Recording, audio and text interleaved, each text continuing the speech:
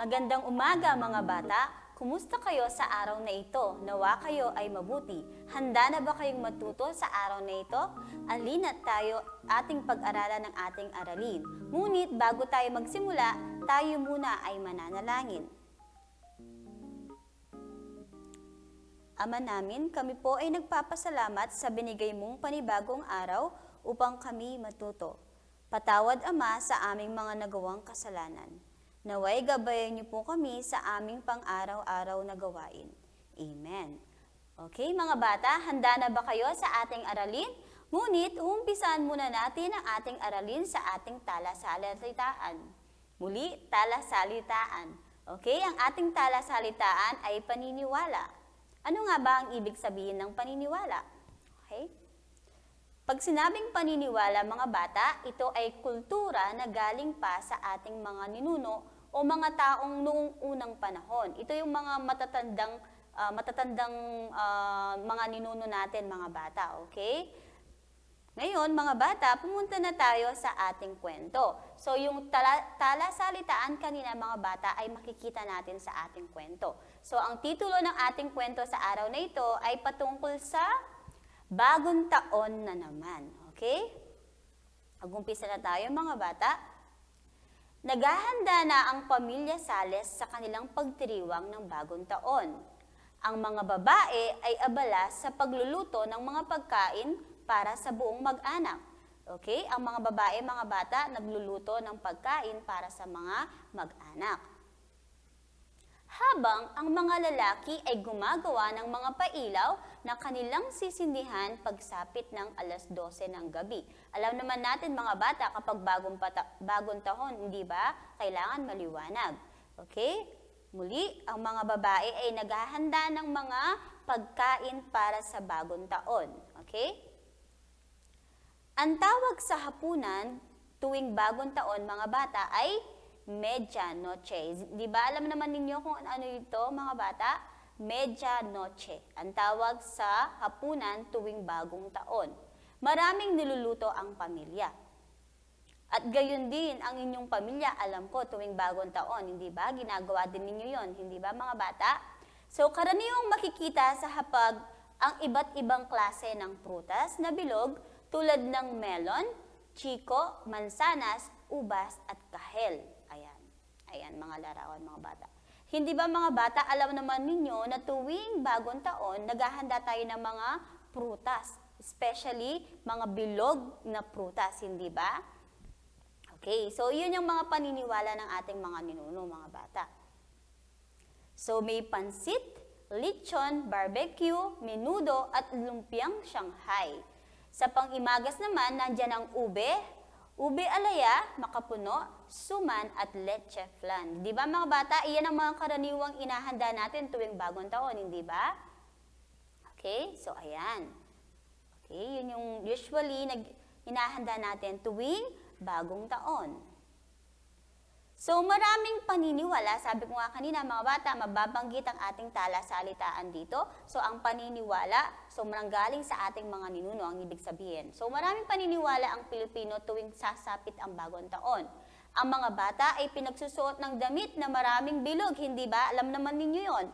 Okay? Kapag bagong taon, usually nagsusuot tayo ng mga damit na may bilog-bilog, hindi ba?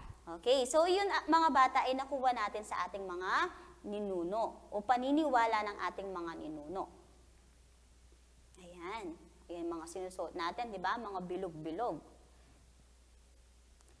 Ang bilog, mga bata, ay sumisimbolo ng salapi. Kaya tayo nagsusuot ng ganito tuwing bagong taon, mga bata, kasi ito ay sumusimbolo ng salapi. So, kailangan rin daw na maglagay tayo ng pera sa bulsa ng damit bago ito isuot. Ang bahay ay dapat malinis bago ang pagdiriwang na ito. So, meaning, mga bata, bago sumapit ang bagong taon, usually, ang mga mami natin, ang mga daddy natin, hindi ba, naglilinis sila ng bahay. Okay? So, yun ay isang paniniwala din ng ating mga ninuno, mga bata. Ano pa? So, eto pa. Bago sumapit ang alas 12, kailangan bukas ang pintuan, bintana at mga ilaw sa bahay para pumasok raw ang swerte. So isa yan sa mga paniniwala ng ating mga ninuno, mga bata. No, so kailangan bukas ang lahat ng mga pintuan natin para pumasok ang swerte sa ating tahanan. Okay? Ano pa? Ano pa yung mga paniniwala? Ito, kailangan ring tumalon. Tumalon pagsapit ng alas 12 upang tumangkad. At upang maging masagana ang susunod na taon, kailangan magtabi ng bigas, asukal at asin sa bahay. Usually mga bata, kapag bagong taon, kailangan puno lahat ng mga lalagyanan natin. So yun kasi ay isang kasabihan ng mga ninuno natin. Okay? O mga paniniwala ng ating mga ninuno. Okay, ayan, di ba? Tumatalon tayo tuwing bagong taon. Usually, kayo, mga bata, kami, wala nata kaming pag-asa dyan, okay? So, kayo, pwede nyo pang gawin yung paniniwala na to, mga bata. Pwede kayong tumalon tuwing sasapit ang bagong taon. At higit sa lahat, ay kailangang mag-ingay pagsapit ng alas 12 upang maitaboy ang masasamang bagay na lilipas na taon. Hindi ba, mga bata, tayo ay nag-iingay, kinakalampag natin yung mga palanggana natin or yung mga nakaugalian natin ay ang paggamit ng fireworks, isn't it? Ayan. Ito, ang paggamit ng paputok ang kadalasang ginagawa upang mag-ingay ang mga Pilipino sa pagsalubong ng bagong taon. Di ba? Sabi ko nga mga bata, ito yung nakaugalian natin noon. Yung sasapit ang bagong taon, may mga nakahandang fireworks na gagamitin natin. Hindi pa kapag sumapit na ang alas 12. Okay? Ayan. So, ayan. May mga fireworks na ginagamit natin. Iba't ibang mga fireworks. Pero, ngayong taon, di ba, nung nakalipas na bagong taon, hindi na natin ginawa ito kasi bawal. Okay? So, pero pwede pa rin natin gawin kapag naging okay na ang panahon, no? Yung ating mga problema, yung pandemya, isn't it? So, hindi pwedeng gamitin ngayon ito. So, bagamat delikado ang magpaputok, at masama ito sa kalusugan, hindi pa rin tumitigil ang mga Pilipino sa paggamit nito para makapagsaya sa napakahalagang pagdiriwang na ito. So, kahit na delikado mga bata, ginagamit pa din natin. Pero kayong mga bata, kailangan kayong magpatulong sa mga matatanda bago ninyo gamitin yung mga paputok. Okay? Kailangan yung tandaan yun mga bata. Okay? So, ang gagamitin nyo lang yung mga pwedeng para sa inyo, hindi yung pangmatanda, okay? So, iba yung pag-iingat. Sabi ko nga, iba yung pag-iingat ang kailangan ng lahat para sa isang mapayapa at masayang pagdiriwang. Okay? So, iyon ang ating kwento patungkol sa bagong taon, mga bata. So, kailangan maging maingat tayo. Kahit tayo ay nagsasaya, kailangan nating panatiliin na tayo ay ligtas, mga bata, okay? So, kailangan ng ating mga magulang ang gabayan nila tayo. So, ngayon mga bata, dumako na tayo sa ating aralin sa araw na ito. So, ang ating aralin sa araw na ito ay patungkol sa salitang kilos. Ano ba yung mga salitang kilos?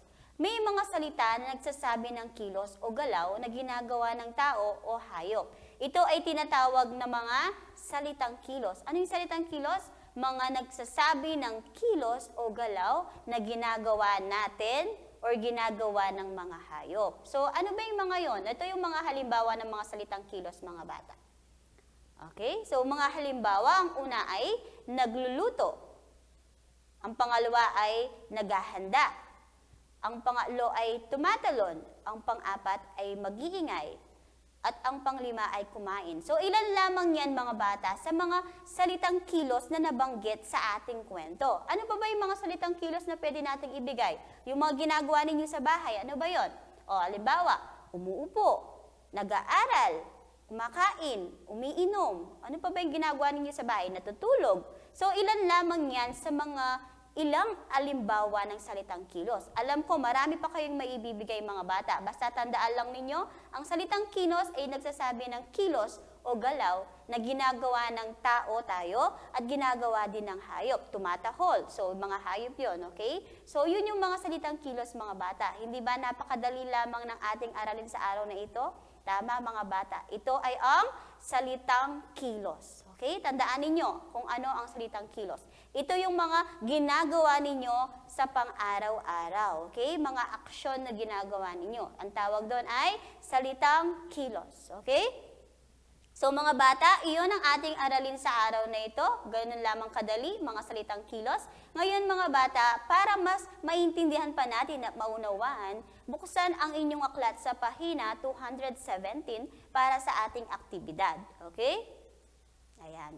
So sa letter A, kailangan lagyan ng wastong kilos ang bawat larawan. So ang una, okay, nakikita nyo ba ang larawan sa una mga bata?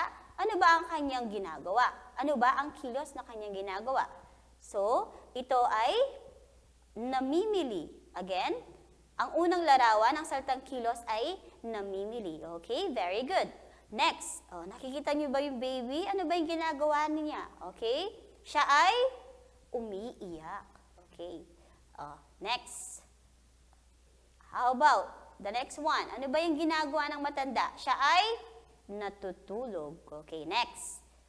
Ang susunod naman mga bata, okay, kumakanta. Nakikita naman ninyo sa ating larawan, hindi ba, kung ano ang kilos na kanyang ginagawa. Okay, next. O yan, nakikita nyo ba? Siya ay kumakain, hindi ba? Susunod. Sumisipa. Hindi ba sabi ko sa inyo mga bata kanina, ang salitang kilos ay ang salitang kilos na ginagawa ng tao at ang hayop. So, kasama sila. So, ang una ay kumakain at ang pangalawa ay sumisipa. Okay? So, para sa ating letter B mga bata, bilugan ang mga salitang kilos sa bawat pangungusap. Okay. Namitas ng bayabas si Kaloy. Muli, namitas ng bayabas si Kaloy. Ano ang kanyang ginawa? Ano ba ang kilos na ginawa ni Kaloy? Okay? Namitas, hindi ba? Iyon ang kanyang ginawa. Namitas ng bayabas. Okay? Next, number 2. Pupunta si Nena sa palengke. Ano ba ang kilos na ginawa ni Nena? Siya ay? Okay, pupunta. So, iyon ang ating bibilugan. Next, number 3. Bibili ako ng tinapay. Ano ang salitang kilos? Bibili. Okay, very good. Next, number 4. Nagluluto si nanay ng pansit. Ano ang ginagawa ni nanay? Siya ay nagluluto. Okay, very good. Next, number 5. Naglalakad ang pulis sa kalye. Ano ang ginagawa ng pulis? Siya ay naglalakad. So mga bata, iyan ay mga salitang kilos. Okay? 6. Natutulog pa si James. Okay? Natutulog pa si James. Ano ba ang ginagawa ni James? Siya ay natutulog. Okay? Very good. Next, number 7. Ang mga bata ay tumatalon. Ano ang ginagawa ng mga bata? Sila ay tumatalon. Very good. Okay, next, number 8. Magaling lumangoy ang aso. Ano ang ginagawa ng aso, mga bata? Okay, lumalangoy. Next, number 9. Maghugas ka ng kamay bago kumain. Ano ang sinabi? Siya ay maghuhugas ng kamay bago kumain. At ang ating panghuli, mga bata, nagwawalis si Grace kanina. Ano ang ginagawa ni Grace? Siya ay nagwawalis. So, iyan mga bata ay mga salitang kilos din. Okay? So, patukoy sa ating aralin. So, mga bata, iyon ang ating aralin at aktibidad na ginawa para sa ating aralin ngayon. Para sa inyong takdang aralin, sagutin ang pahina 214 at 218, titik C sa inyong aklat sa Pilipino. So mga bata, tandaan ninyo, ang ating aralin sa araw na ito ay patungkol sa salitang kilos. Okay? Ngayon, yun lamang sa araw na ito mga bata. Salamat sa inyong pakikinig. Bye!